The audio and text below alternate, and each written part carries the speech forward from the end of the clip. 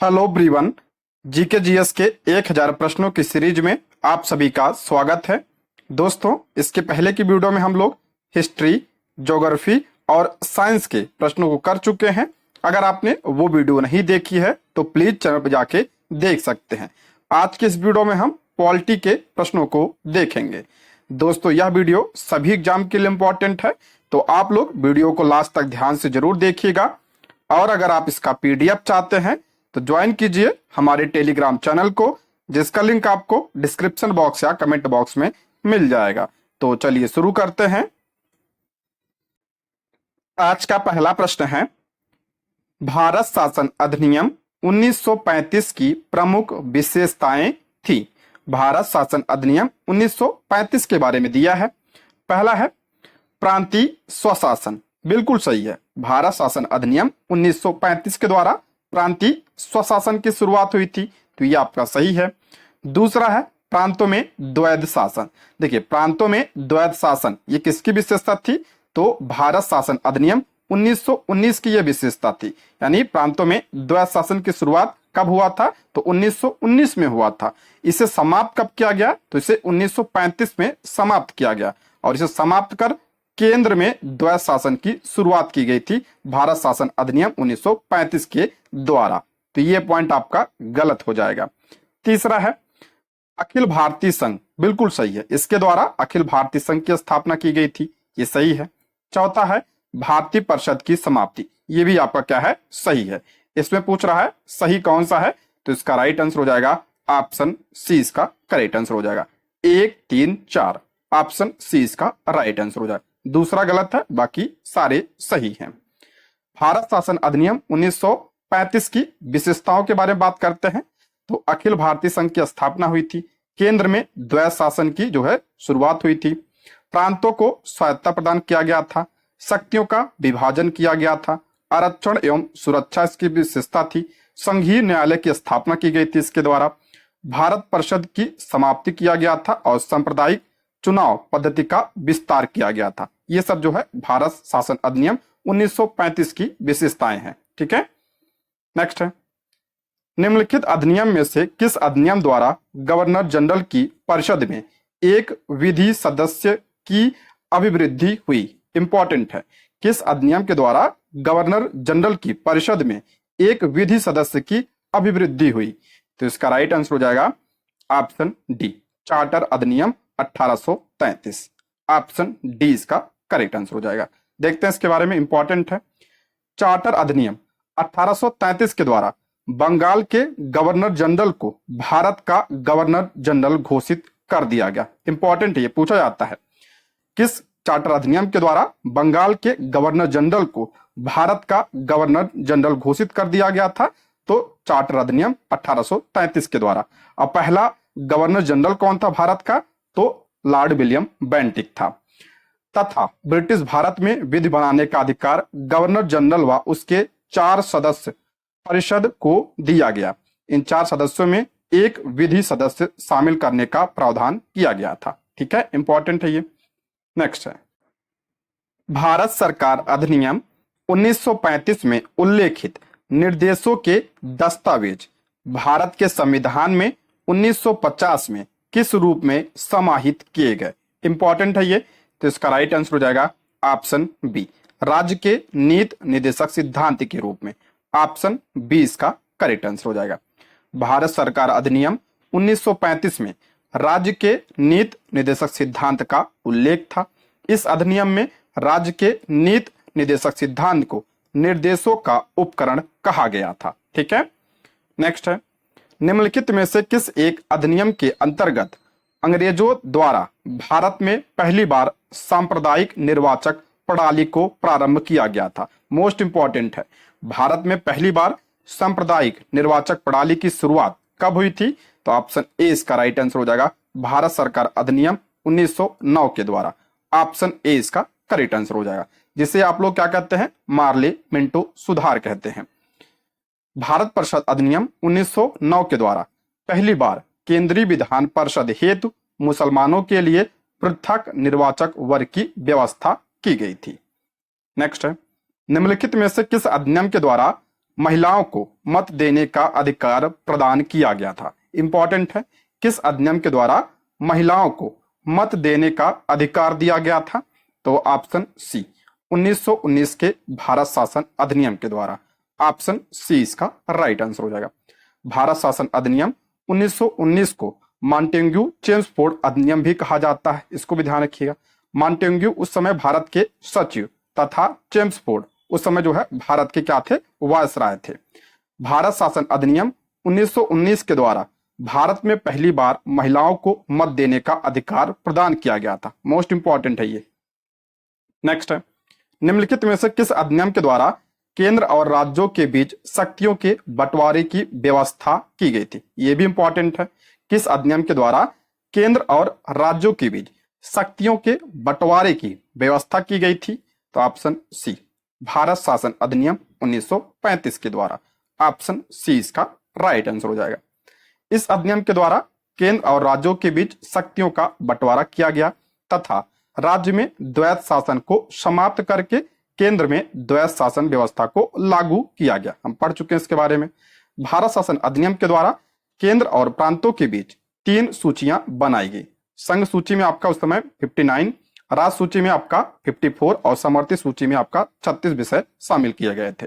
ठीक, नेक्स्ट है, निम्नलिखित में से भारत शासन अधिनियम 1919 के संबंध में कौन सा कथन सही नहीं है? भारत शासन अधिनियम 1919 के बारे में पूछ रहा है, कौन सा कथन सही नहीं है? पहला इसमें भारत सरकार अधिनियम 1919 जो आया था ये 1921 में लागू हुआ, ये आपका सही है। यह अधिनियम मार्ले मिंटो सुधार अधिनियम के नाम से जाना जाता है। नहीं, इसे जो है मॉन्टेग्यू चेम्सफोर्ड अधिनियम कहा जाता है। इसे जो है मार्ले मिंटो सुधार अधिनियम नहीं कहा जाता है। मार्ले मिंटो किसे कहा जाता है? जो आपका 1909 में आया था उसे कहा जाता है। तो ये आपका गलत हो जाएगा। मॉन्टेग्यू भारत के राज्य सचिव एवं लॉर्ड चेम्सफोर्ड भारत के वायसराय थे उस समय, बिल्कुल सही है, अभी पीछे पढ़ा। इस अधिनियम में केंद्रीय एवं प्रांतीय विषयों को अलग कर दिया गया था, ये भी आपका सही है। तो ऑप्शन बी इसका करेक्ट आंसर हो जाएगा। ठीक है, ऑप्शन बी सही नहीं है। भारत शासन अधिनियम 1919 को मॉन्टेग्यू चेम्सफोर्ड सुधार कहा जाता है। ठीक है, उस समय मॉन्टेग्यू भारत के क्या थे? सचिव थे, और चेम्सफोर्ड क्या थे? उस समय भारत के वायसराय थे। नेक्स्ट है, भारतीय प्रांतों में द्वैत शासन व्यवस्था कब लागू की गई थी? भारतीय प्रांतों में द्वैत शासन व्यवस्था पढ़ चुके इसके बारे में। ऑप्शन सी, भारतीय शासन अधिनियम 1919 के द्वारा प्रांतों में द्वैत शासन की व्यवस्था की गई थी। ऑप्शन सी इसका करेक्ट आंसर हो जाएगा। इसे समाप्त कब किया गया? तो 1935 में से समाप्त किया गया और केंद्र में द्वैत शासन व्यवस्था को लागू किया गया था। ठीक है, नेक्स्ट बढ़ते हैं। भारत में लोक सेवा आयोग की स्थापना किस अधिनियम के तहत की गई थी? ये भी इंपॉर्टेंट है। भारत में लोक सेवा आयोग की स्थापना किस अधिनियम के तहत की गई थी? तो ऑप्शन बी, भारत शासन अधिनियम 1919 के द्वारा। ऑप्शन बी इसका राइट आंसर हो जाएगा। भारत शासन अधिनियम 1919 के द्वारा एक लोक सेवा आयोग का गठन किया गया था। वर्ष 1926 में सिविल सेवकों की भर्ती के लिए केंद्रीय लोक सेवा आयोग का गठन किया गया था। इंपॉर्टेंट है, 1926 में सिविल सेवकों की भर्ती के लिए केंद्रीय लोक सेवा आयोग का गठन किया गया था। इसी एक्ट के तहत एकवर्त समिति की सिफारिश पर आम बजट व रेल बजट को अलग अलग किया गया था। यह भी इंपॉर्टेंट है, कई बार पूछा गया है ये। इस एक्ट में लोक लेखा समिति का गठन किया गया तथा नियंत्रक एवं महालेखा परिषद, जिसे आप लोग कहते हैं, का पद सृजित किया गया था तथा महिलाओं को भी मताधिकार प्रदान किया गया था। यहां से कई सारे प्रश्न बनते हैं, तो ध्यान रखिएगा। नेक्स्ट है, रेगुलेटिंग एक्ट 1773 के संदर्भ में निम्नलिखित में से कौन सा कथन सही नहीं है? रेगुलेटिंग एक्ट 1773 के बारे में पूछ रहा, कौन सा कथन सही नहीं है? पहला है, इस अधिनियम के द्वारा बंगाल के गवर्नर को बंगाल के गवर्नर जनरल पद नाम दिया गया। बिल्कुल सही है, इस अधिनियम के द्वारा बंगाल के गवर्नर को क्या कर दिया गया? तो बंगाल का गवर्नर जनरल बना दिया गया। अब बंगाल का पहला गवर्नर जनरल कौन था? तो वारेन हेस्टिंग था पहला गवर्नर जनरल।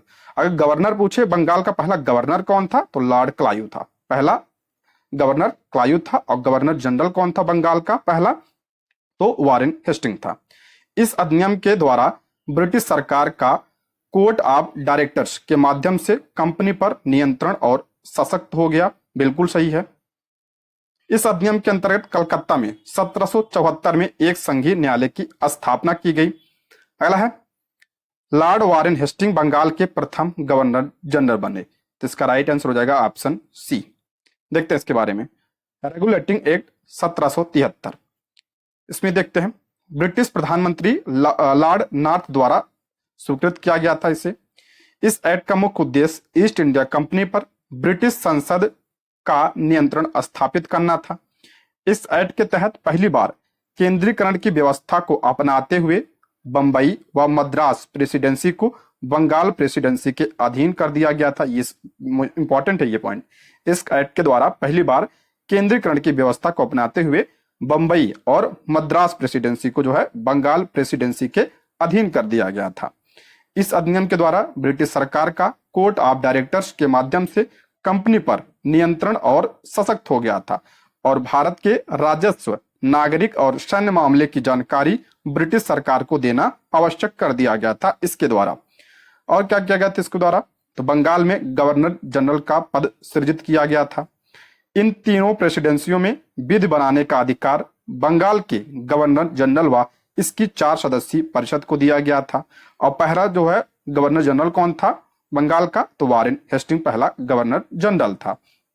इस एक्ट के द्वारा 1774 में कलकत्ता में उच्चतम न्यायालय स्थापित किया गया था, जिसमें एक मुख्य न्यायाधीश व 3 अन्य न्यायाधीश रखे गए थे। ठीक है, नोट ध्यान रखिएगा, सर एलिजा एम्पे इसके प्रथम मुख्य न्यायाधीश थे। ठीक है, एलिजा एम्पे इसके क्या थे? प्रथम मुख्य न्यायाधीश थे।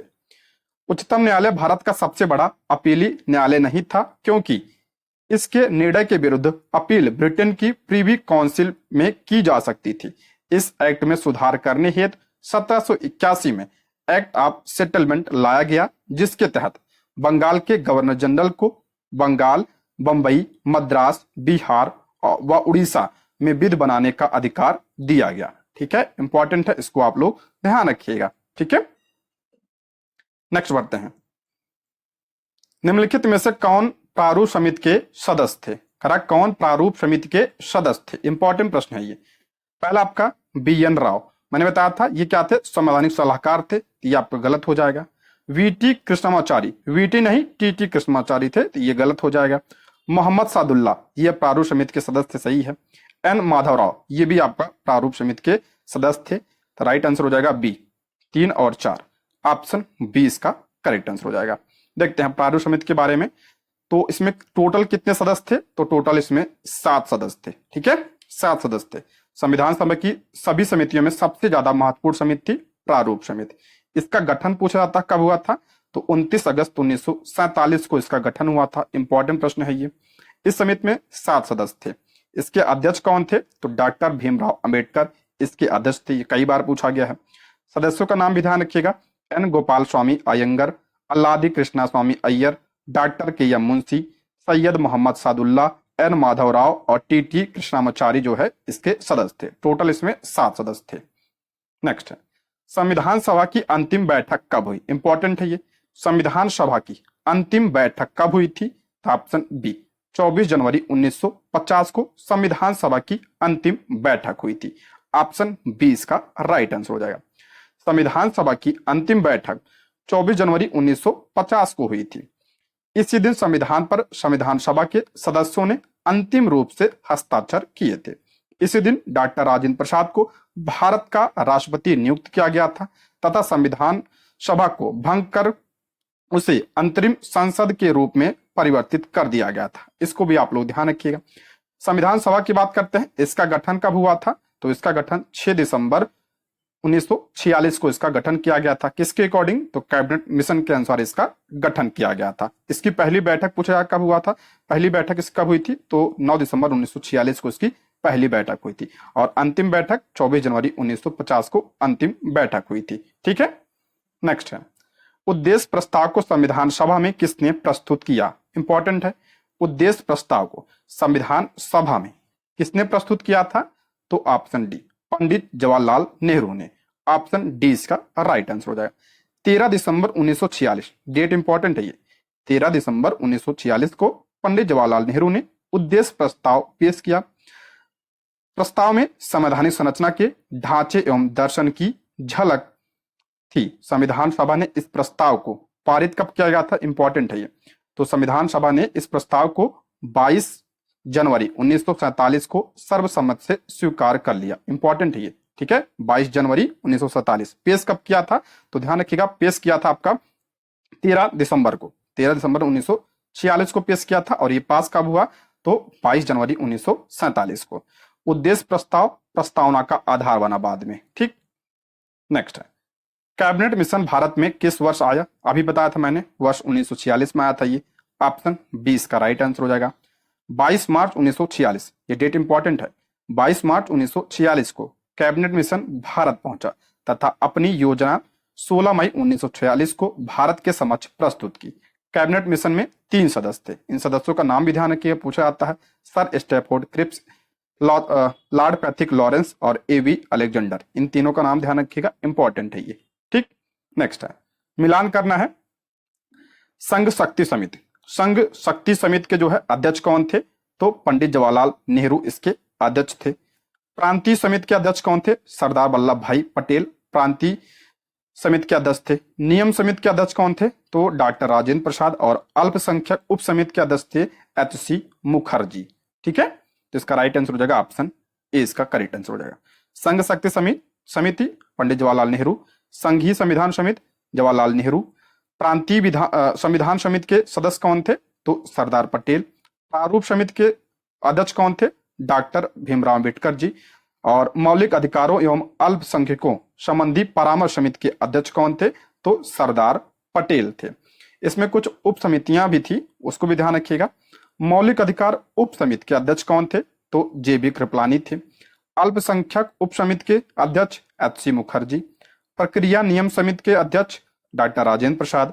राज्यों के लिए समिति यानी राज्यों से समझौता करने वाली समिति के अध्यक्ष कौन थे, जवाहरलाल नेहरू थे, ठीक है। इंपॉर्टेंट है ये। नेक्स्ट है, 26 नवंबर 1949 को संविधान के कुल कितने अनुच्छेद लागू हो गए थे, इंपॉर्टेंट है। 26 नवंबर 1949 को संविधान के कुल कितने अनुच्छेद लागू हो गए थे, तो 16 अनुच्छेद। ऑप्शन 20 का राइट आंसर हो जाए। हमारा संविधान बनकर तैयार कब हुआ था, तो 26 नवंबर 1949 को ये बनकर तैयार हो गया था। 26 नवंबर 1949 को भारत का संविधान स्वीकार किया गया इसी दिन, तथा इसी दिन यह आंशिक रूप से लागू हुआ। इस दिन 16 अनुच्छेद लागू हुए थे। नागरिकता, राष्ट्रपति की शपथ, चुनाव आयोग, अंतरिम संसद, अंतरिम राष्ट्रपति इत्यादि से संबंधित अनुच्छेद 26 नवंबर 1949 को लागू हो गए थे, ठीक है, ये ध्यान रखिएगा।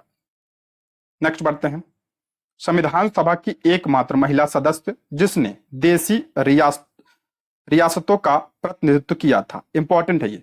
संविधान सभा की एकमात्र महिला सदस्य जिसने देसी रियासतों का प्रतिनिधित्व किया था, उनका नाम क्या था, तो option D, Annie Mascarene. Option D इसका करेक्ट आंसर हो जाएगा। एनी मस्कनी संविधान सभा की 15 महिला सदस्यों में से एक है। कितने महिला सदस्य थी, तो 15 महिला सदस्य थी। उनमें से आपका एनी मस्कनी थी, जिन्होंने देसी रियासतों का प्रतिनिधित्व किया था। एनी मस्कनी केरल के त्रावणकोर से संबंध रखती थी। ये कहाँ के थी, केरल से। संविधान सभा में 15 महिलाएं थी जो निम्न है, इनका नाम भी आप लोग ध्यान रखिएगा। सरोजिनी नायडू, सुचेता कृपलानी, राजकुमारी अमृत कौर, विजय लक्ष्मी पंडित, हंसा राज मेहता, दुर्गाबाई देशमुख, बेगम एजाज रसूल। ये एकमात्र मुस्लिम सदस्य थी, इनका नाम भी आप लोग ध्यान रखिएगा। कमला चौधरी, दक्षायनी वेलायुद्धन, मालती चौधरी, पूर्णिमा बनर्जी, एनी मस्कनी आपका ये मनोनीत थी। अम्मू स्वामीनाथन और लीला राय और रेणुका रे। 15 महिला सदस्य थी संविधान सभा में। नेक्स्ट है, क्रिप्स मिशन भारत में किस वर्ष आया था, इंपॉर्टेंट है ये। क्रिप्स मिशन भारत में किस वर्ष आया था, तो ऑप्शन बी 1942 में। ऑप्शन 20 का राइट आंसर हो जाएगा। वर्ष 1942 में ब्रिटिश मंत्री सर स्टैफोर्ड क्रिप्स भारतीय संविधान के निर्माण हेतु ब्रिटिश सरकार के एक प्रस्ताव के साथ भारत आए। मुस्लिम लीग ने क्रिप्स प्रस्ताव को अस्वीकार कर दिया। ये पूछा गया है, मुस्लिम लीग ने क्रिप्स प्रस्ताव को अस्वीकार कर दिया था। महात्मा गांधी ने क्रिप्स प्रस्ताव को क्या कहा था, तो पोस्ट डेटेड चेक कहा था, यानी उत्तर तिथि चेक कहा था। ये कई बार पूछा गया है, ये इसको आप लोग ध्यान रखिएगा। नेक्स्ट है, संविधान सभा का निर्माण किस मिशन से हुआ? संविधान सभा का निर्माण तो अभी मैंने बताया था, कैबिनेट मिशन के अनुसार हुआ था इसका गठन। ऑप्शन ए इसका करेक्ट आंसर हो जाएगा। कैबिनेट मिशन के आधार पर संविधान सभा का चुनाव जुलाई अगस्त 1946 में हुआ था। नवंबर 1944 में संविधान सभा का गठन हुआ। संविधान सभा का चुनाव अप्रत्यक्ष रूप से राज्य विधानमंडल के निम्न सदन द्वारा आनुपातिक प्रतिनिधित्व की एकल संक्रमणीय मत पद्धति द्वारा हुआ था। नेक्स्ट है, 74वें संविधान संशोधन अधिनियम द्वारा भारतीय संविधान में कौन सी अनुसूची जोड़ी गई? 74वें संविधान संशोधन अधिनियम के द्वारा भारतीय संविधान में कौन सी अनुसूची जोड़ी गई थी? तो ध्यान रखिएगा, ऑप्शन डी इसका राइट आंसर हो जाएगा। 12वीं अनुसूची जोड़ी गई थी। ऑप्शन डी इसका राइट आंसर हो जाएगा। अनुसूची बहुत इंपॉर्टेंट है, आपके एग्जाम में पूछा जाता है। देखिए, 12वीं अनुसूची 74वें संविधान संशोधन अधिनियम के द्वारा जोड़े गया था। ये 1992 के द्वारा यह जोड़ा गया था। नगर पालिकाओं की शक्तियां, प्राधिकार व जिम्मेदारियां हैं इसमें, और इसमें कितने विषय हैं? तो वो 18 विषय हैं। जो आपका 12वीं अनुसूची है किससे संबंधित है? तो नगर पालिका से संबंधित है। इसे जोड़ा कब गया? 74वें संविधान संशोधन 1992 के द्वारा इसे जोड़ा गया था। और इसमें कितने विषय हैं? तो 18 विषय इसमें है। 9वीं अनुसूची इंपॉर्टेंट है, कई बार पूछा गया है।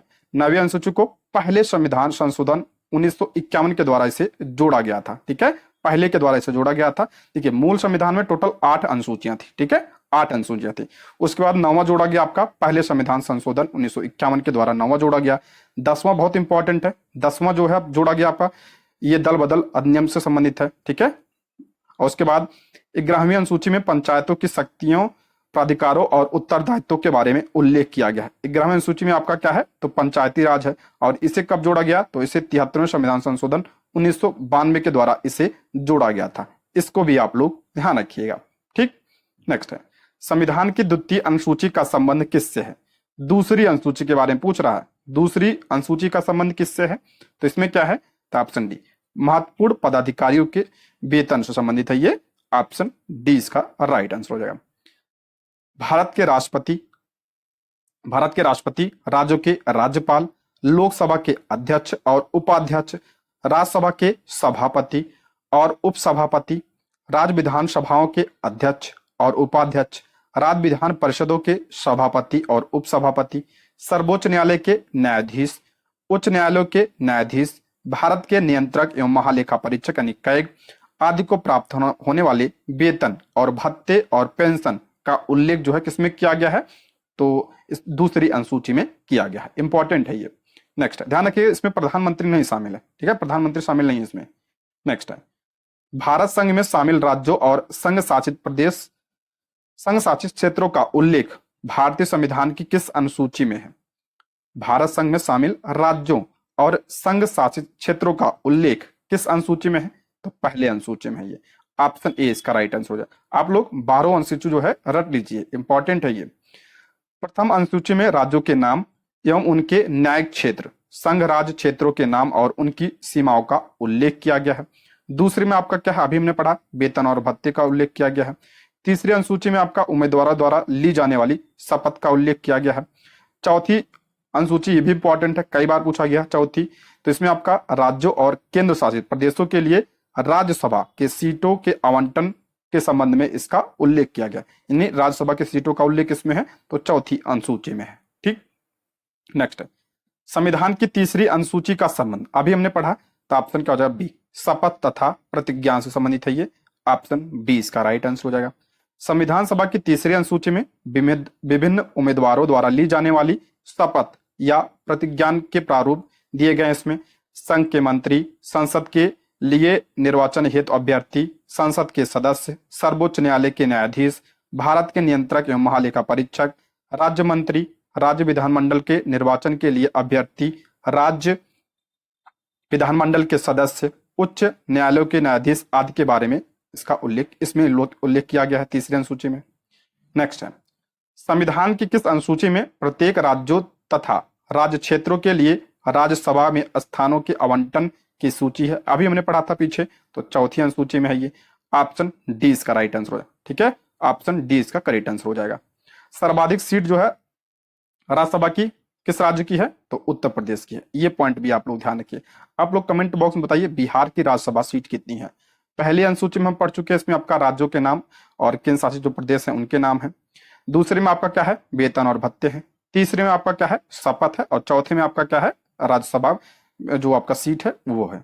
नेक्स्ट है, संविधान सभा द्वारा अंतिम रूप से पारित संविधान में कुल कितनी अनुसूचियां थी? देखिए, संविधान सभा द्वारा अंतिम रूप से पारित संविधान में टोटल कितनी अनुसूचियां थी उस समय? तो उस समय जो है 8 अनुसूचियां थी। ऑप्शन 20 का राइट आंसर हो जाएगा। 8 अनुसूचियां उस समय शामिल थी। वर्तमान में कितने हैं? तो 12 अनुसूचियां हैं। 9वीं अनुसूची ध्यान रखिएगा 1951 में जोड़ा गया था पहले संविधान संशोधन के द्वारा। 10वीं जो है 92वें संविधान संशोधन 1985 में से जोड़ा गया था। ठीक है। और 11वीं कब जोड़ा गया था? 73वें संविधान संशोधन 1992 के द्वारा जोड़ा गया था।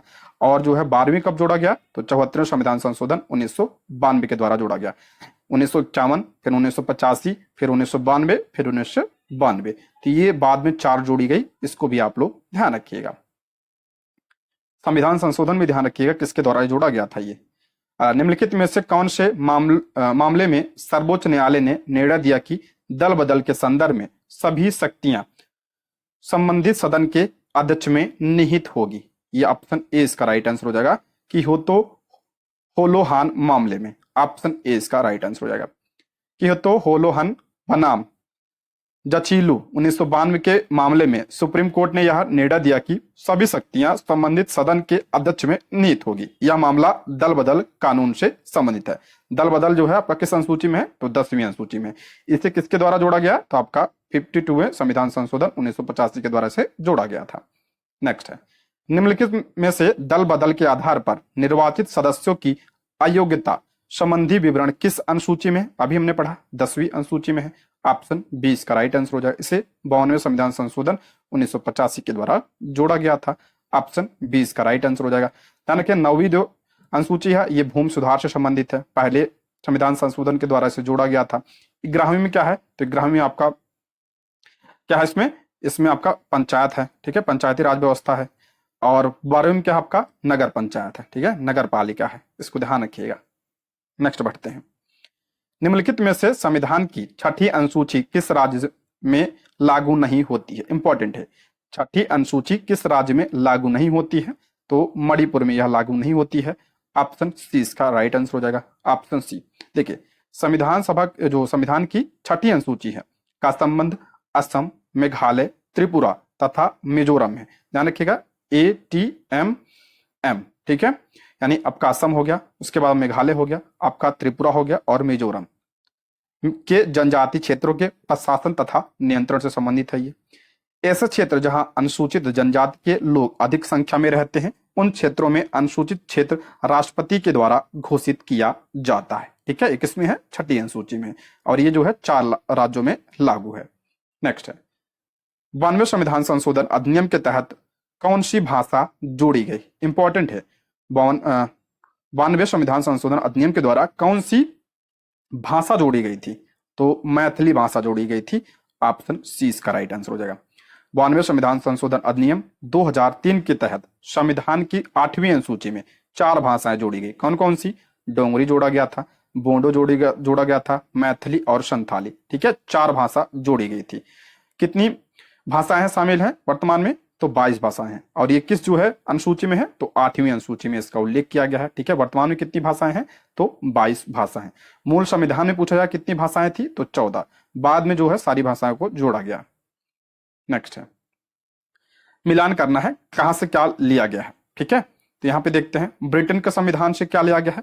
ब्रिटेन के संविधान से तो आपका विधायी प्रक्रिया आपका कहां से लिया गया? ब्रिटेन के संविधान से आपका विधायी प्रक्रिया लिया गया है। ठीक है, आयरलैंड के संविधान से क्या लिया गया है? तो आयरलैंड के संविधान से आपका लिया गया है आपका राज्यसभा में मनोनीत सदस्य। ये आपका कहां से लिया गया? आयरलैंड से लिया गया है।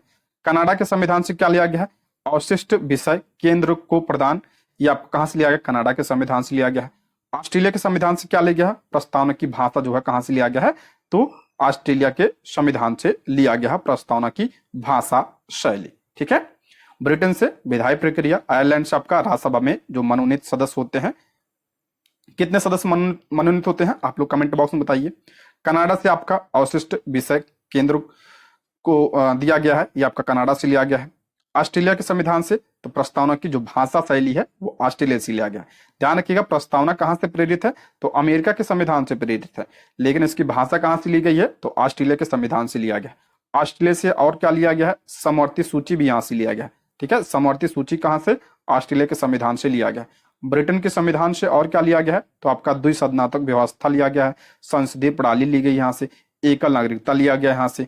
आयरलैंड के संविधान से आपका डीपीएसपी लिया गया है। ठीक है, डीपीएसपी यहाँ से लिया गया है, यानी राज्य के नीति सिद्धांत यहाँ से लिया गया है। कनाडा से आपका जो है संघीय व्यवस्था कनाडा से ली गई है। नेक्स्ट है, भारत के संविधान में राज्यसभा के सदस्यों के चुनाव की प्रक्रिया का समावेश कौन से देश से किया गया। भारत के संविधान में राज्यसभा के सदस्यों के चुनाव की प्रक्रिया का समावेश कौन से देश से किया गया है, तो ऑप्शन सी, दक्षिण अफ्रीका से। ऑप्शन सी इसका राइट आंसर हो जाएगा। भारतीय संविधान में राज्यसभा के सदस्यों की चुनाव की प्रक्रिया तथा संविधान में संशोधन की प्रक्रिया, इंपॉर्टेंट है ये, संविधान में संशोधन की प्रक्रिया और राज्यों के सदस्य राज्यसभा के सदस्यों के चुनाव की प्रक्रिया, ये कहां से लिया गया है, तो दक्षिण अफ्रीका के संविधान से यह लिया गया है। ठीक है, तो ऑप्शन क्या हो जाएगा, सी इसका करेक्ट आंसर हो जाएगा, ऑप्शन सी। अमेरिका के संविधान से क्या लिया गया है, मूल अधिकार। ध्यान रखिएगा, अमेरिका के संविधान से लिया गया आपका मूल अधिकार। और क्या यहां से क्या लिया गया है, महाभियोग यहां से लिया गया है। ठीक है, और क्या लिया गया है, अमेरिका से उपराष्ट्रपति का पद यहां से लिया गया है। ऑस्ट्रेलिया से आपका समवर्ती सूची लिया गया है। आयरलैंड से आपका डीपीएसपी लिया गया है। नेक्स्ट है, भारत के संविधान में केंद्र सरकार द्वारा राज्यपाल की नियुक्ति जैसा प्रावधान कहां से लिया गया है, इंपॉर्टेंट है। भारत के संविधान में केंद्र सरकार द्वारा राज्यपाल की नियुक्ति जैसा प्रावधान ये कहां से लिया गया है, तो ये कनाडा के संविधान से लिया गया है। ठीक है, ऑप्शन सी। भारत के संविधान में केंद्र सरकार द्वारा राज्यपाल की नियुक्ति संबंधित प्रावधान कनाडा से के संविधान से लिया गया है। कनाडा से क्या क्या लिया गया है, सशक्त केंद्र के साथ संघीय व्यवस्था आपका कनाडा से लिया गया है। अवशिष्ट शक्तियां जो आपका केंद्र में निहित होगा, ये कहां से लिया गया है, तो कनाडा के संविधान से इसे लिया गया है। ठीक, नेक्स्ट है, भारत के संविधान में मूल अधिकारों का समावेश किया गया, यानी मूल अधिकार कहां से लिया गया है, तो अभी मैंने बताया था अमेरिका के संविधान से इसे लिया गया है। ऑप्शन बी इसका राइट आंसर हो जाएगा, अमेरिका के संविधान से। भारत के संविधान में मूल अधिकारों का समावेश अमेरिका के संविधान से किया गया है। संयुक्त राज्य अमेरिका के संविधान से लिए गए अन्य स्रोतों की बात करते हैं, इंपॉर्टेंट है ये। न्यायिक पुनरावलोकन की प्रक्रिया अमेरिका से लिया गया है। न्यायपालिका की स्वतंत्रता भी यहां से लिया गया है। उपराष्ट्रपति का पद लिया गया यहां से।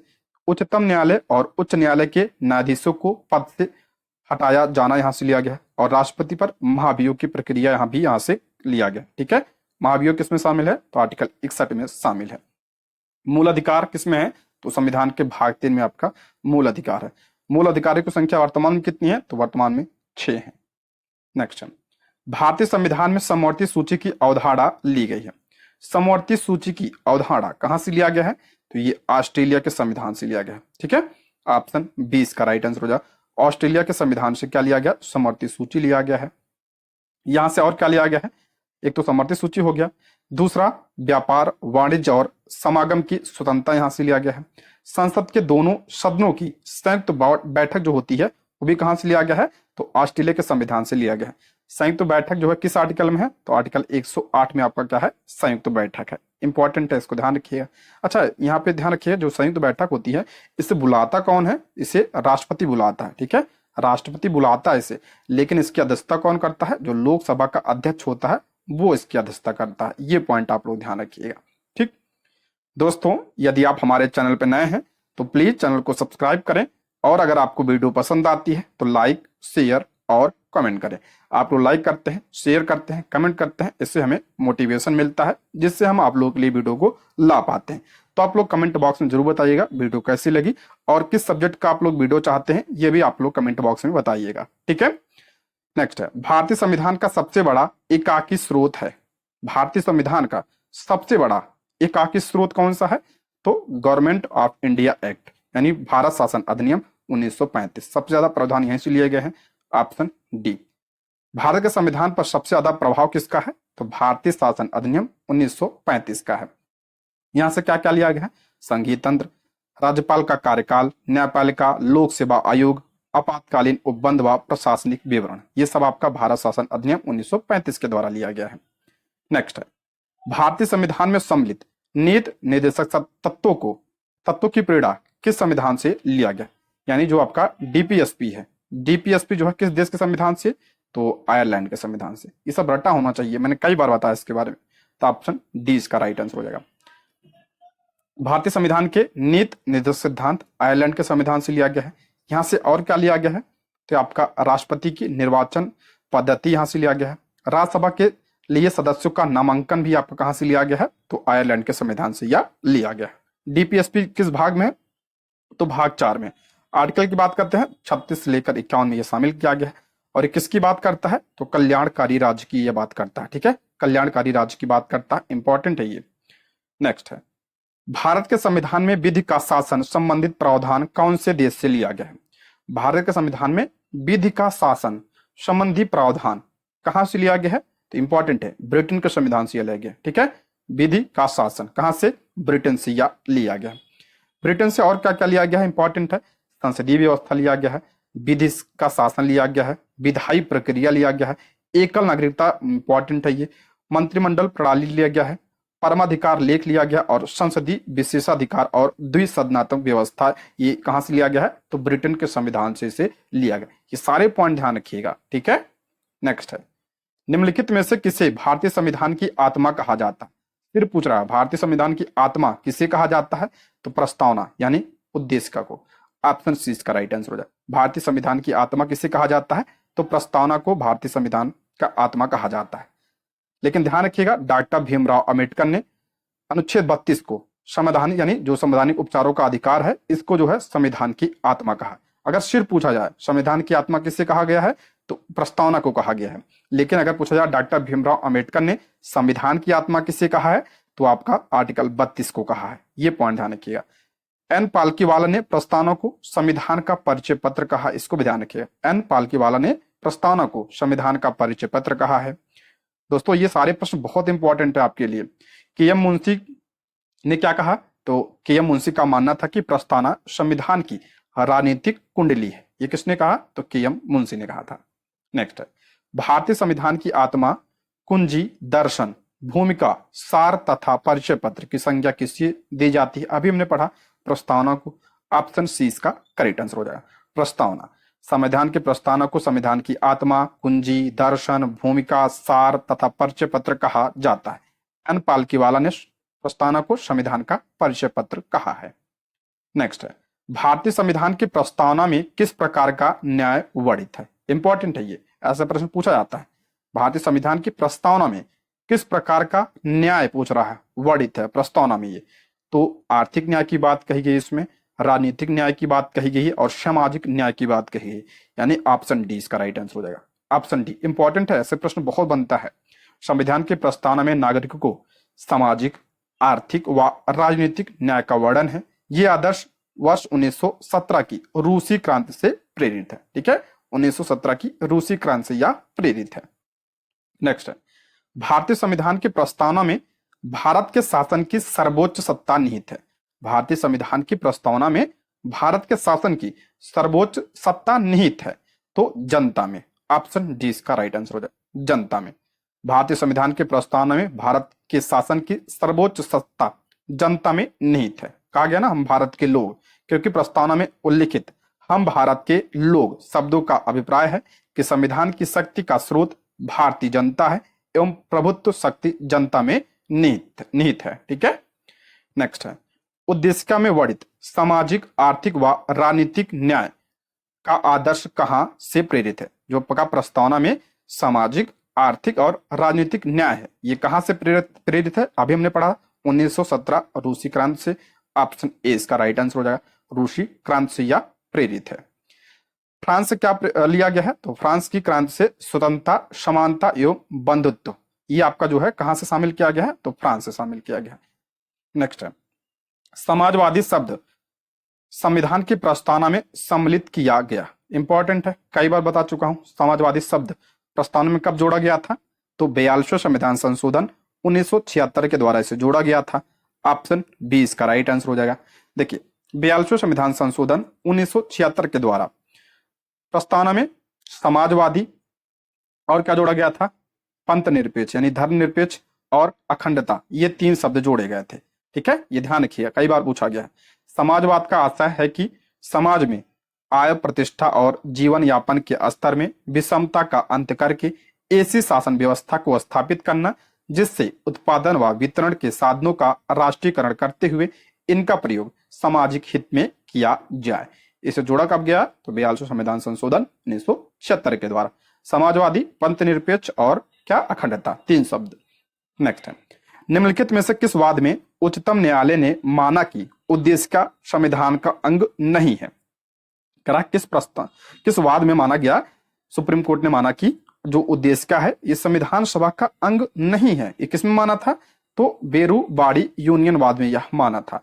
ऑप्शन डी, बेरूबाड़ी यूनियनवाद 1960 में उच्चतम न्यायालय ने कहा कि प्रस्तावना संविधान का अंग नहीं है, जबकि केशवानंद भारतीवाद में प्रस्तावना को संविधान सभा का अंग माना है। ये इंपॉर्टेंट है।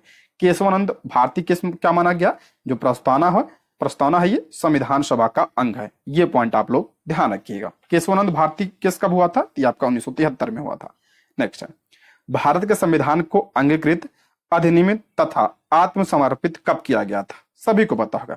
भारत के संविधान को अंगीकृत, अधिनियमित तथा आत्मार्पित कब किया गया था? तो ऑप्शन बी, 26 नवंबर 1949 को। ऑप्शन बी इसका राइट आंसर हो जाएगा। भारत के संविधान को 26 नवंबर 1949 को अंगीकृत, अधिनियमित तथा आत्मार्पित किया गया था। संविधान का निर्माण संविधान सभा द्वारा किया गया, जबकि प्रस्तावना पंडित जवाहरलाल नेहरू द्वारा बनाए गए उद्देश्य प्रस्ताव पर आधारित है, जो संविधान सभा में 13 दिसंबर 1946 को पेश किया गया था। जो आपका उद्देश्य प्रस्ताव है कब पेश किया गया था?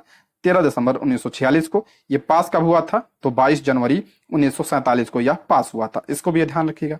ठीक है, और संविधान का निर्माण किसके द्वारा? संविधान सभा के द्वारा इसका निर्माण किया गया था। संविधान बनकर तैयार कब हुआ था? तो 26 नवंबर 1949 को बनकर तैयार हुआ था। ठीक है, नेक्स्ट, भारत एक गणराज्य है, इसका अर्थ है? भारत आपका क्या है? गणराज्य है। इसका अर्थ क्या हुआ? तो ऑप्शन सी, भारत में वंशानुगत शासन नहीं है। ऑप्शन सी इसका राइट आंसर हो जाएगा। भारत एक गणराज्य है, इसका अर्थ है भारतीय संघ प्रधान अर्थात राष्ट्रपति निर्वाचित होगा। जो हमारा राष्ट्रपति होगा, यानी जो प्रधान होता है वो निर्वाचित होता है, ना कि वंशानुगत होता है। जैसे आपका ब्रिटेन में क्या है? वंशानुगत है। संघ के अधीन सभी नागरिक किसी भी पद के लिए अर्हता रखते हैं। नेक्स्ट है, भारत के संविधान की उद्देशिका में निम्नलिखित शब्दावली जिस अनुक्रम में दी गई है वह है? प्रस्तावना में जो आपका क्रम पूछ रहा है किस अनुक्रम में दिया गया है?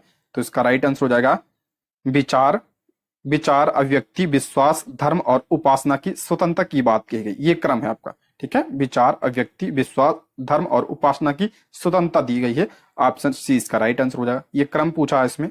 संविधान के प्रस्तावना में 5 प्रकार की स्वतंत्रता का उल्लेख किया गया। ये पूछा जाता है कितनी प्रकार की स्वतंत्रता की बात कही गई है प्रस्तावना में? तो 5।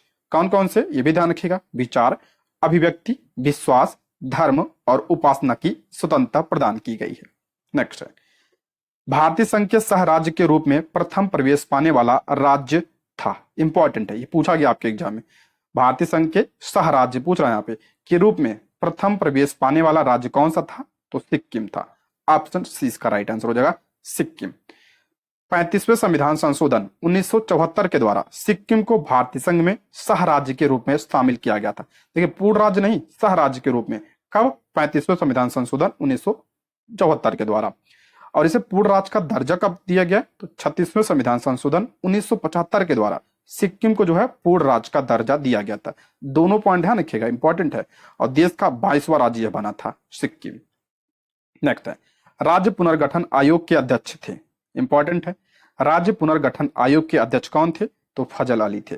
ऑप्शन डी इसका राइट आंसर हो जाएगा। ऑप्शन डी, राज्य पुनर्गठन आयोग का गठन 1953 में फजल अली की अध्यक्षता में किया गया था, इसलिए इसे फजल अली आयोग भी कहा जाता है।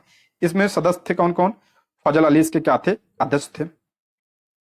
HN कुंजरू ये क्या थे? यानी हृदयनाथ कुंजरू, ये इसके भी सदस्य थे। और KM पनिक्कर ये भी आपके क्या थे? इनके सदस्य थे। तो टोटल इसमें 3 सदस्य थे। नेक्स्ट, भाषाई प्रांत समिति यानी JVP समिति में कौन शामिल नहीं था? JVP समिति में कौन शामिल नहीं था? तो ऑप्शन बी, जेबरिक कृपलानी। ऑप्शन क्या हो जाएगा? बी इसका करेक्ट आंसर है। जे से आपका जवाहरलाल नेहरू हो गया, बी से आपका सरदार वल्लभ भाई पटेल हो गया, पी से आपका क्या हो गया, पट्टाभी सीतारामैया। ये 3 लोग शामिल थे, जे बी कृपलानी इसमें शामिल नहीं थे। भाषाई प्रांत समिति का गठन 1948 में किया गया। इसने औपचारिक रूप से राज्यों के पुनर्गठन की मांग को अस्वीकार कर दिया था। नेक्स्ट है, भारत में एक नया राज्य सृजित करने वाले विधेयक को पारित होना अनिवार्य है। भारत में एक नया राज्य सृजित करने के लिए करने वाले विधेयक को पारित होना अनिवार्य है। तो ऑप्शन बी, संसद के साधारण बहुमत द्वारा। ठीक है, इसे साधारण बहुमत द्वारा ही पास किया जाना चाहिए। ऑप्शन बी इसका राइट आंसर हो जाएगा। संविधान के भाग 1 के अनुच्छेद 3 के अनुसार संसद विधि द्वारा नए राज्य का गठन कर सकेगी। ये किसमें कहा गया? संविधान के भाग 1 में अनुच्छेद 3 में नया राज्य सृजित करने वाले विधेयक को साधारण बहुमत से पारित किया जाता है। ठीक है, अगर कोई नया राज्य बनाना हो तो साधारण बहुमत।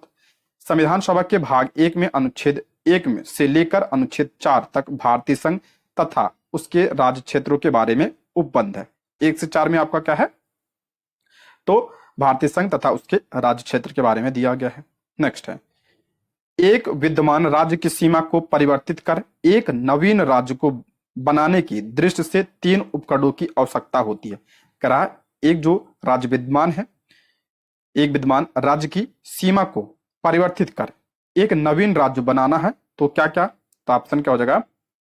डी, राष्ट्रपति, संसद तथा संबंधित राज्य का विधानमंडल। ऑप्शन डी इसका राइट आंसर होगा। इतने लोग की इसमें आवश्यकता है। देखिए, एक विद्यमान राज्य की सीमाओं में परिवर्तन राष्ट्रपति, संसद और संबंधित राज्य का विधानमंडल मिलकर करते हैं। ये किसमें कहा गया है? तो अनुच्छेद 3 में। अनुच्छेद 3 के उपबंधों के अनुसार संसद विधि द्वारा किसी राज्य में उसका राज्य क्षेत्र अलग करके अथवा 2 या अधिक राज्यों को या राज्यों के भागों को मिलाकर एक कोई नया राज्य का निर्माण कर सकेगी। किसी राज्य का क्षेत्र बढ़ा सकेगी, किसी राज्य का क्षेत्र घटा सकेगी, किसी राज्य की सीमाओं में परिवर्तन कर सकेगी, किसी राज्य के नाम में परिवर्तन कर सकेगी। ठीक है, ये किसमें कहा गया है? तो अनुच्छेद 3 में कहा गया। ये अधिकार किसको है? तो संसद को है। ठीक है, नेक्स्ट है, असुमेलित है। इसमें पूछ रहा है कौन सा असुमेलित है? गुजरात, ये आपका गलत हो जाएगा। ठीक है, ऑप्शन ए इसका राइट आंसर हो जाएगा। बाकी हिमाचल प्रदेश 1971, छत्तीसगढ़ की स्थापना सन 2000 में और हरियाणा की स्थापना 1966 में। राज्य पुनर्गठन आयोग की सिफारिश के आधार पर 1 नवंबर 1956 को 14 राज्य और 6 केंद्र शासित प्रदेशों का गठन किया गया था। इंपॉर्टेंट ये पूछा जाता है कि 1 नवंबर 1956 को कितने राज्य थे? 14 राज्य थे। और कितने जो है आपका यूटी थे? तो 6 यूटी थे। कौन कौन से? देखिए ये तो 14 हो गए आपके, 14 बने। उसके बाद 15वां कौन बना? 1960 में गुजरात बना था। उसके बाद नागालैंड 1963 में 16वां बना था। 17वां हरियाणा बना था 1966 में। हिमाचल प्रदेश 18वां बना था 1971 में। मणिपुर 1972 में बना था। ये सब डेट ध्यान रखिएगा, इंपॉर्टेंट है ये। त्रिपुरा 1972 में। मेघालय भी आपका 1972 में 21वां बना था। 22वां अभी हमने पढ़ा 1975 में आपका सिक्किम बना था। उसके बाद 22 हो गया। मिजोरम की बात करते हैं 1987 में। अरुणाचल प्रदेश आपका 1987 में। गोवा कब बना था? 1987 में से पूर्ण राज्य का दर्जा दिया गया था। छत्तीसगढ़ आपका 2000 में। उत्तराखंड भी आपका सन 2000 में। झारखंड भी आपका सन 2000 में। और जो तेलंगाना बना था ये सन 2000 में यह बना था। इसको भी ध्यान रखिएगा। वर्तमान में कितने हैं? तो 28 राज्य हैं और 8 केंद्र शासित प्रदेश हैं, क्योंकि जम्मू कश्मीर को जो है केंद्र शासित प्रदेश बना दिया गया। ठीक है, संविधान के अनुसार किस नए राज्य का निर्माण करना, उसमें परिवर्तन करना, नाम बदलना या सीमा में परिवर्तन करना आदि शक्ति है। संविधान के अनुसार किसी नए राज्य का निर्माण करना, उसमें परिवर्तन करना, नाम बदलना या सीमा में परिवर्तन करना आदि शक्ति किसके पास है? अभी हमने बताया था ये किसके पास होता है? तो संसद के पास होता है ये शक्ति। Option C. संविधान को संविधान संसद को यह अधिकार देता है कि वह नए राज्य बनाने, उसमें परिवर्तन करने, नाम बदलने, सीमा में परिवर्तन के संबंध में बिना राज्यों की अनुमति से कदम उठा सकती है। यह आपका किसको अधिकार है? संसद को अधिकार है। अगला प्रश्न है, भाषाई आधार पर सर्वप्रथम आंध्र प्रदेश का गठन किस वर्ष किया गया? मोस्ट इंपॉर्टेंट है। भाषाई आधार पर सर्वप्रथम किसका गठन किया गया था? तो आंध्र प्रदेश का। कब किया गया था? तो 1 अक्टूबर 1953 को। ऑप्शन बी इसका राइट आंसर हो जाएगा। भाषाई आधार पर राज्यों के गठन के आंदोलन के दौरान एक प्रसिद्ध गांधीवादी नेता पुट्टी श्रीमालू ने आंध्र प्रदेश राज्य के निर्माण के लिए अनशन किया एवं उनकी मृत्यु हो गई। इनका नाम भी ध्यान रखिएगा। परिणाम स्वरूप व्यापक हिंसा हुई और संघ सरकार ने पहली बार भाषाई आधार पर एक नए राज्य का निर्माण कर दिया। 1 अक्टूबर 1953 को भाषाई आधार पर सर्वप्रथम आंध्र प्रदेश का गठन किया गया था। ठीक है, नेक्स्ट है फजल अली राज्य पुनर्गठन आयोग का गठन कब हुआ? इंपॉर्टेंट है। फजल अली राज्य पुनर्गठन आयोग का गठन कब हुआ था? तो 1953 में हुआ था। ऑप्शन 20 का राइट आंसर हो जाएगा। आंध्र प्रदेश के निर्माण के बाद अन्य क्षेत्रों में भी भाषाई आधार पर राज्यों के पुनर्गठन की मांग उठने लगी। परिणाम स्वरूप सरकार के द्वारा वर्ष 1953 में फजल अली के नेतृत्व में राज्य पुनर्गठन आयोग का गठन किया गया था। ठीक है, नेक्स्ट है 7वें संविधान संशोधन अधिनियम 1956 के समय संपूर्ण देश को 7वें संविधान संशोधन अधिनियम 1956 के समय संपूर्ण देश को, तो इसका राइट आंसर हो जाएगा ऑप्शन सी, 14 राज्यों तथा 6 केंद्र शासित प्रदेशों में विभक्त किया गया था। ऑप्शन सी इसका करेक्ट आंसर हो जाएगा। 7वें संविधान संशोधन अधिनियम 1956 के तहत 1 नवंबर 1956 को संपूर्ण देश में 14 राज्य और 6 केंद्र शासित प्रदेश थे। ठीक है, नेक्स्ट है निम्नलिखित कथनों में से कौन सा कथन सही है? पहला है अधिकार नागरिकों के विरुद्ध राज्य के दावे हैं। नहीं, गलत है। तो अधिकार वे विशेषाधिकार हैं जो किसी राज्य के संविधान में सम्मिलित हैं। तीसरा है आपका मौलिक अधिकार राज्य के विरुद्ध नागरिकों के दावे, ये सही है। जो मौलिक अधिकार है ये राज्य के विरुद्ध नागरिकों के दावे हैं ये। ठीक है, ऑप्शन सी इसका करेक्ट आंसर हो जाएगा। भारतीय संविधान के अनुच्छेद 12 से 35 तक मूल अधिकारों का उल्लेख किया गया है। ठीक है, 12 से 35 और किस भाग में है? तो भाग 3 में है ये अधिकार नागरिकों को प्राप्त राज्य के विरुद्ध है। ऐसे अधिकार जो व्यक्ति के जीवन के लिए मौलिक एवं अनिवार्य होते हैं तथा जो संविधान द्वारा नागरिकों को प्रदान किए जाते हैं उन्हें क्या कहा जाता है? उन्हें मौलिक अधिकार व मूल अधिकार कहा जाता है। ठीक है, कहां से लिया गया? अमेरिका से लिया गया है ये।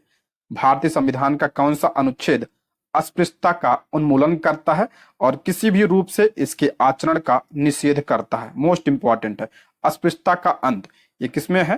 तो ऑप्शन बी, अनुच्छेद 17 यानी छुआछूत का अंत। ऑप्शन 20 का करेक्ट आंसर हो जाएगा। ठीक है, अस्पृश्यता का अंत किसमें है? अनुच्छेद 17 में है। 16 में क्या है? तो लोक नियोजन के विषय में अवसर की समता आपका 16 में है। अनुच्छेद 18 में क्या है? तो उपाधियों का अंत है। अनुच्छेद 15 में क्या है? तो धर्म, मूल वंश, जाति, लिंग या जन्म स्थान के आधार पर विभेद का प्रतिषेध किया गया है अनुच्छेद 15 में।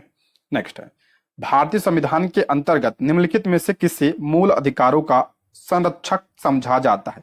मूल अधिकारों का संरक्षक किसे कहा जाता है? तो न्यायपालिका को कहा जाता है। ऑप्शन सी इसका राइट आंसर हो जाएगा, न्यायपालिका। अनुच्छेद 32 के तहत नागरिकों के मूल अधिकारों का हनन होता है तो न्यायालय द्वारा 5 प्रकार की रिट जारी की जाती है। इस प्रकार मूल अधिकारों की संरक्षक किसे कहा जाता है? तो न्यायपालिका को कहा जाता है। ठीक है, जो सुप्रीम कोर्ट होता है किसके तहत जारी करता है रिट? आर्टिकल 32 के तहत रिट जारी करता है।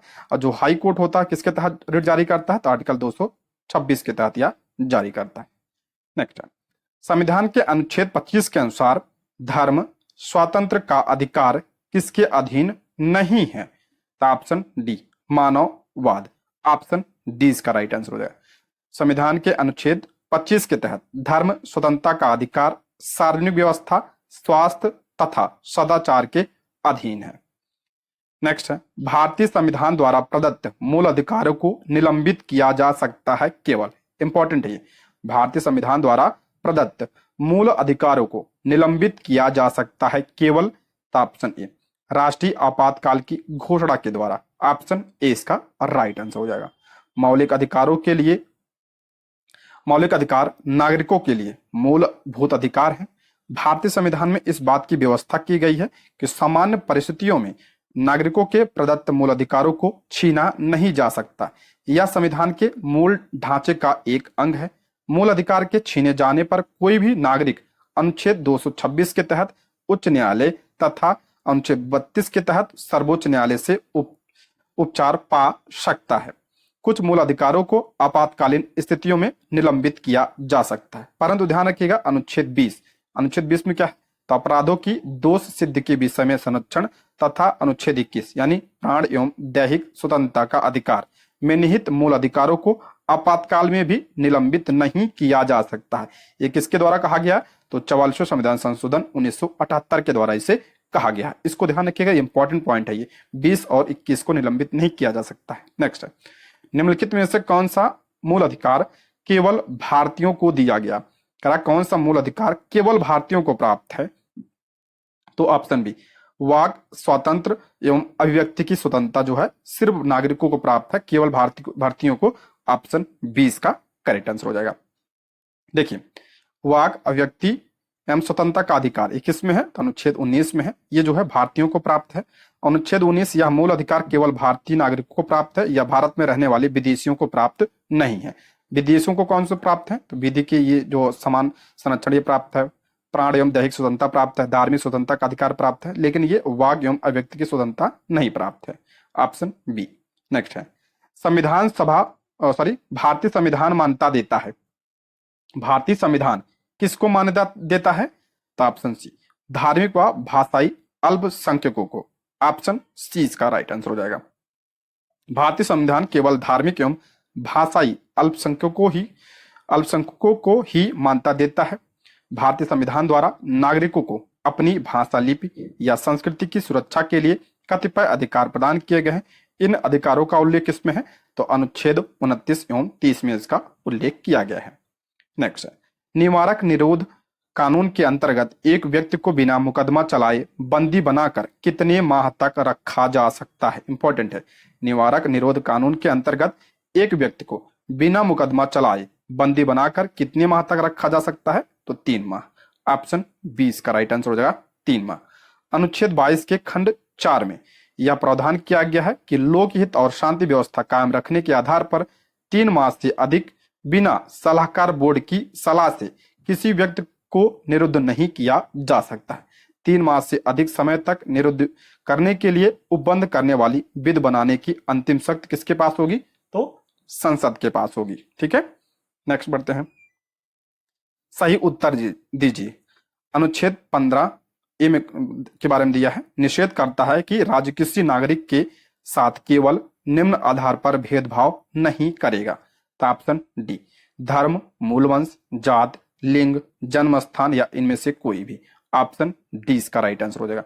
अनुच्छेद 15(1) में क्या कहा गया है कि राज्य किसी नागरिक के साथ धर्म, मूलवंश, जात, लिंग, जन्म स्थान या इनमें से किसी के आधार पर भेदभाव नहीं करेगा। ये अनुच्छेद 15 में कहा गया है। ये अनुच्छेद 15(2) में क्या कहा गया है कि राज्य किसी नागरिक के साथ धर्म, नस्ल यानी मूलवंश, जात, लिंग तथा जन्म स्थान के आधार पर दुकानों, भोजनालयों, मनोरंजन के स्थलों, सार्वजनिक मैदानों, तालाबों, कुओं, स्नानागारों पर कोई भेदभाव नहीं कर सकता है।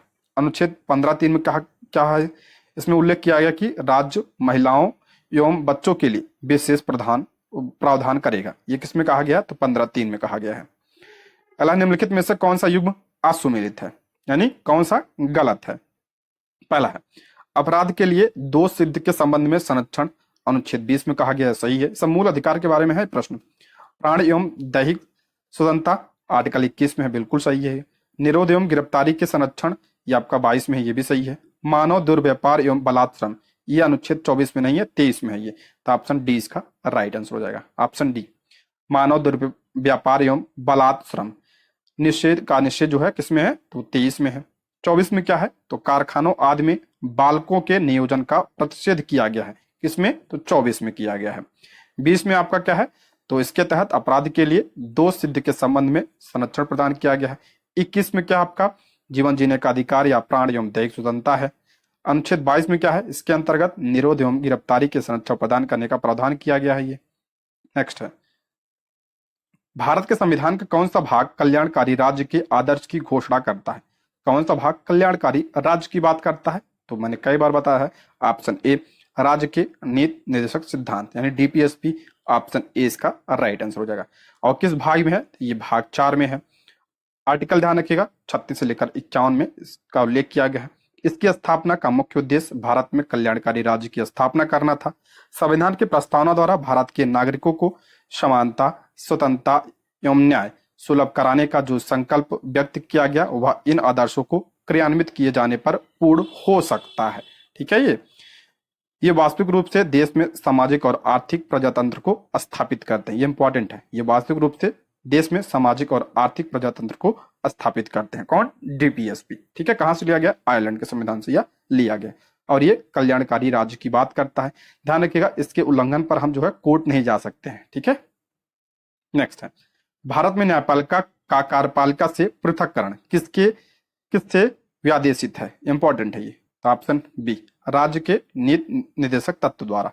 ऑप्शन बी, कार्यपालिका और न्यायपालिका का पृथककरण किसमें? आपका डीपीएसपी में है। भारतीय संविधान के भाग 4 में राज्य के नीति निदेशक तत्वों में अनुच्छेद 50 में राज्य की लोक सेवाओं में न्यायपालिका को कार्यपालिका से अलग करने का प्रावधान करता है। ये किसमें है? तो अनुच्छेद 50 में है। नेक्स्ट है, संविधान के 42वें संशोधन द्वारा निम्नलिखित में से कौन सा सिद्धांत राज्य की नीति निदेशक तत्वों में जोड़ा गया? 42वें संविधान संशोधन के द्वारा कौन सा इसमें जोड़ा गया था? तो इसका करेक्ट आंसर हो जाएगा ऑप्शन 20 का राइट आंसर हो जाएगा। उद्योग के प्रबंधन में कामगारों की सहभागिता, ये किसके द्वारा? तो 42वें संविधान संशोधन 1976 के द्वारा इसे जोड़ा गया था। Option B. देखिए, 42वें संविधान संशोधन अधिनियम 1976 के द्वारा क्या क्या जोड़ा गया था? तो अनुच्छेद 39 का जोड़ा गया था, जिसमें आपका समान न्याय और निःशुल्क विधिक सहायता का उपबंध किया गया आपका 39A में। उसके बाद 39 चा जोड़ा गया, यानी 39 चा जोड़ा गया, जिसमें आपका बालकों के शोषण के रक्षा तथा स्वास्थ्य विकास के अवसरों को सुरक्षित रखने संबंधी प्रावधान किए गए। और इसमें क्या जोड़ा गया था? तो आपका 43 का जोड़ा गया, जिसके द्वारा उद्योगों के प्रबंध में कामगारों का भाग लेना सुनिश्चित किया गया। और 48 का जोड़ा गया, जिसमें आपका पर्यावरण का संरक्षण तथा संवर्धन और वन तथा वन्य जीवों की रक्षा का कर्तव्य शामिल किया गया। ये सब आपका डीपीएसपी में संशोधन किए गए थे। नेक्स्ट है, मिलान करना है। ठीक है, तो यहाँ पे हम देख लेते हैं, इसका करेक्ट आंसर हो जाएगा ऑप्शन ए, इसका राइट आंसर हो जाएगा। देखिए, आर्टिकल 40 की बात करते हैं, तो ये आपका ग्राम पंचायतों को का संगठन इसमें यानी गठन है की बात कही गई, ये सही है। अनुच्छेद 41 में आपका काम करने का अधिकार है। ठीक है, और अनुच्छेद 44 में क्या आपका समान नागरिक संहिता है, बहुत इंपॉर्टेंट है ये। आर्टिकल 48 में क्या है? तो कृषि एवं पशुपालन का संगठन, ये आपका 48 में है, तो ऑप्शन ए इसका राइट आंसर हो जाएगा। देखिए, अनुच्छेद 40 ग्राम पंचायतों का संगठन संविधान के 73वें संविधान संशोधन अधिनियम द्वारा निकायों में प्रयोग किया गया है, इंपॉर्टेंट है ये। ठीक है, 41 की बात करते हैं, कुछ मामलों में काम का अधिकार, शिक्षा का अधिकार तथा सार्वजनिक सहायता, औद्योगिक विवाद अधिनियम, न्यूनतम मजदूरी अधिनियम, मनरेगा, दिव्यांगों हित आरक्षण, वृद्धों हित पेंशन योजना, मातृ सुरक्षा योजना, ये सब जो है किसके द्वारा लागू होता है? तो 41 के द्वारा। आर्टिकल 44 में आपका क्या है? नागरिकों के लिए समान नागरिक संहिता। आप लोग कमेंट बॉक्स में बताइए अभी हाल ही में कहाँ लागू हुआ ये। आर्टिकल 48 में क्या है? तो कृषि एवं पशुपालन का संगठन, ये आपका किसमें है? 48 में है। ये मूल्यांकन करने के लिए आता है, ध्यान रखिएगा। अला, निम्नलिखित में से किसके शोषण के विरुद्ध अधिकार निम्नलिखित में से किसके शोषण के विरुद्ध अधिकार स्वीकृत करता है? तो इसका राइट आंसर हो जाएगा ऑप्शन सी, इसका करेक्ट आंसर हो जाएगा। किसके विरुद्ध? बच्चों के विरुद्ध, और आपका स्त्रियों के विरुद्ध, और जनजातियों के विरुद्ध। ऑप्शन सी इसका करेक्ट आंसर हो जाएगा। देखिए, अनुच्छेद 39 चा जोड़ा गया, जिसमें बालकों की शोषण से रक्षा तथा स्वास्थ्य विकास से के अवसरों को सुरक्षित रखने संबंधी प्रावधान जोड़ा गया। अनुच्छेद 46 आपका अनुसूचित जाति, अनुसूचित जनजाति तथा कमजोर वर्गों के शैक्षिक तथा आर्थिक हितों को बढ़ावा देना 46 में है। 39 में क्या है? इसमें सभी स्त्रियों व पुरुषों के स्वास्थ्य को ध्यान में रखा जाएगा, उन्हें ऐसे काम नहीं करने दिया जाएगा जो उनकी आयु के विरुद्ध है। नेक्स्ट है, भारत के संविधान में अंतरराष्ट्रीय शांति और सुरक्षा की अभिवृद्धि कहाँ उल्लेख है? भारत के संविधान में अंतरराष्ट्रीय शांति और सुरक्षा की बात कहाँ कही गई है? तो आपका डीपीएसपी में। ऑप्शन 20 का राइट आंसर हो जाएगा। ऑप्शन 20 का करेक्ट आंसर हो जाएगा। अनुच्छेद 51 में अंतरराष्ट्रीय शांति एवं सुरक्षा को प्रोत्साहन का उल्लेख किया गया है। इसमें पंचशील समझौता, गुट निरपेक्ष आंदोलन की स्थापना आदि शामिल है। ठीक है, आर्टिकल 51। नेक्स्ट, निम्नलिखित में से कौन सा राज्य के नीति निर्देशक सिद्धांतों का उद्देश्य नहीं है? तो ऑप्शन सी, एक धार्मिक राज्य की स्थापना करना इसका उद्देश्य नहीं है। बाकी कल्याणकारी राज्य की स्थापना करना, सामाजिक आर्थिक न्याय को सुनिश्चित करना, एक धर्म निरपेक्ष राज्य की स्थापना करना इसका प्रमुख उद्देश्य है। ठीक है, ऑप्शन सी इसका करेक्ट आंसर हो जाएगा। ठीक है, ऑप्शन सी। नेक्स्ट है, भारतीय संविधान का अनुच्छेद 40 राज्य को सार्थक कदमों हेतु परामर्श देता है। अनुच्छेद 40 में क्या है, मैंने बताया था अभी, तो ग्राम पंचायतों के संगठन के संबंध में है ये। ऑप्शन बी इसका करेक्ट आंसर हो जाएगा। और इसे संवैधानिक दर्जा कब प्रदान किया गया था पंचायतों को? 73वें संविधान संशोधन 1992 के द्वारा इसे संवैधानिक दर्जा प्रदान किया गया था। नेक्स्ट है, भारत के संविधान के अनुच्छेद 44 में दी गई समान नागरिक संहिता के बारे में निम्नलिखित में से कौन सा कथन सही नहीं है? समान नागरिक संहिता के बारे में दिया है, पहला है, यह प्रत्येक भारतीय नागरिक का मूल अधिकार है। देखिए नहीं, ये मूल अधिकार थोड़ी ना है, ये तो आपका डीपीएसपी में शामिल है। ठीक है, डीपीएसपी शामिल, तो ये आपका गलत हो जाएगा, यही आपका गलत है। ऑप्शन ए इसका राइट आंसर हो जाएगा। बाकी भारत के पूरे राज्य में नागरिकों के लिए इसे सुनिश्चित करने हेतु राज्य प्रयास करेगा, बिल्कुल सही है। यह किसी न्यायालय द्वारा प्रवर्तनीय नहीं है, ये भी आपका सही है, यानी इसके उल्लंघन पर हम कोर्ट नहीं जा सकते, सही है। यह न्यायालय द्वारा प्रवर्तनीय नहीं है, तब भी संविधान की यह अपेक्षा है कि सिद्धांत के तौर पर यह हमारे देश के शासन में क्या है, मूलभूत हो, तो ये भी आपका सही है। तो ऑप्शन ए इसका राइट आंसर हो जाएगा। ठीक, ऑप्शन ए। नेक्स्ट है, राज्य की नीति निर्देशक तत्वों के अधीन निम्नलिखित में से कौन सा उपबंध नहीं है? करा कौन सा उपबंध नहीं है? तो काम करने का अधिकार ये तो है। 6 वर्ष से कम आयु के बच्चों की प्रारंभिक बाल्यावस्था में देखभाल और शिक्षा का उपबंध किया गया, बिल्कुल सही है। भारत के सभी लोगों में सामंजस्य और सामान्य यानी सामूहिक भाईचारे की प्रवृत्ति को बढ़ावा देना, ये नहीं है इसमें, तो ऑप्शन सी इसका राइट आंसर हो जाएगा। बाकी न्यायपालिका और कार्यपालिका का पृथक्करण इसमें है, तो ऑप्शन सी ये नहीं है। ठीक है, देखिए 39A में आपका क्या है, तो राज्य सभी स्त्रियों व पुरुषों को काम करने का समान अवसर उपलब्ध करवाएगा। अवसर की समानता का उल्लेख प्रस्तावना तथा अनुच्छेद 16 में भी है। 45 में आपका क्या है, तो 6 वर्ष से कम आयु के बच्चों की बाल्यावस्था में शिक्षा की व्यवस्था करेगा राज्य, ये भी ध्यान रखिए, इंपॉर्टेंट आर्टिकल है ये 45। मूल संविधान में अनुच्छेद 45 के अंतर्गत यह प्रावधान में उल्लेखित नहीं था। इससे जो है, मूल संविधान में अनुच्छेद 45 में यह उल्लेखित था कि राज्य 6 से 14 वर्ष तक के सभी बच्चों को निःशुल्क एवं अनिवार्य प्राथमिक शिक्षा उपलब्ध कराएगा। 86वें संविधान संशोधन द्वारा वर्ष 2002 में उपयुक्त प्रावधान हटाकर वर्तमान प्रावधान किया गया। वर्तमान क्या है, तो आपका 6 वर्ष से कम आयु के बच्चों की बाल्यावस्था में शिक्षा की व्यवस्था करेगा राज्य। पहले क्या था, तो आपका 6 से 14 था, अब क्या कर दिया गया, तो 6 वर्ष से कम कर दिया गया। नोट ध्यान रखिएगा, आंगनबाड़ी का आधार क्या है आपका, आर्टिकल 45। आंगनबाड़ी की जो स्थापना हुई है, तो आर्टिकल 45 के अकॉर्डिंग हुई है। अनुच्छेद 50 के अनुसार राज्य न्यायपालिका की स्वतंत्रता एवं निष्पक्षता के लिए न्यायपालिका का कार्यपालिका से पृथक्करण सुनिश्चित करेगा, ये ध्यान रखिएगा। अगला प्रश्न है, भारत के प्रत्येक नागरिक के कर्तव्य के अंतर्गत प्राकृतिक पर्यावरण का संरक्षण एवं सुधार कौन से अनुच्छेद में शामिल है? ये मौलिक कर्तव्य से प्रश्न है, तो ऑप्शन सी 51 का, ऑप्शन सी इसका राइट आंसर हो जाए। मौलिक कर्तव्य की बात करें, इसे कब जोड़ा गया, तो 42वें संविधान संशोधन 1976 के द्वारा इसे संविधान में जोड़ा गया था। किस में जोड़ा गया था, तो 51A में यह जोड़ा गया है। ठीक है, 51A में यह जोड़ा गया है, इंपॉर्टेंट है। किस देश के संविधान से लिया गया है, तो आपका रूस के संविधान से यह लिया गया है, ऑप्शन सी। अनुच्छेद 51 का में 7वें नंबर पर है, प्राकृतिक पर्यावरण को जिसके अंतर्गत वन, झील, नदी, वन्य जीव हैं रक्षा करें और उसका संवर्धन करें तथा प्राणी मात्र के प्रति दया भाव रखें, ये आपका क्या है, मूल कर्तव्य है ये हमारा। अगला है, भारतीय संविधान के अंतर्गत निम्नलिखित में से कौन सा मूल कर्तव्य नहीं है? करा कौन सा मूल कर्तव्य नहीं है, तो ऑप्शन ए लोक चुनाव में मतदान करना, ये आपका क्या है, कर्तव्य नहीं है। ऑप्शन ए इसका राइट आंसर हो जाए, ये आपका मूल कर्तव्य नहीं दिया है। ध्यान रखिएगा, वैज्ञानिक प्रवृत्ति विकसित करना मौलिक कर्तव्य है। सार्वजनिक संपत्ति की सुरक्षा करना, यह भी आपका कर्तव्य है। संविधान के प्रति निष्ठावान रहना और उसके आदर्शों का सम्मान करना, यह भी आपका क्या है, मौलिक कर्तव्य है।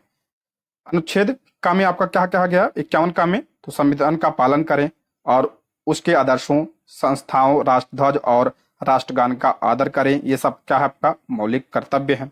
वैज्ञानिक दृष्टिकोण, मानववाद और ज्ञानार्जन तथा सुधार की भावना का विकास करें। सार्वजनिक संपत्ति की को सुरक्षित रखें और हिंसा से दूर रहें, ये सब क्या है मौलिक कर्तव्य है।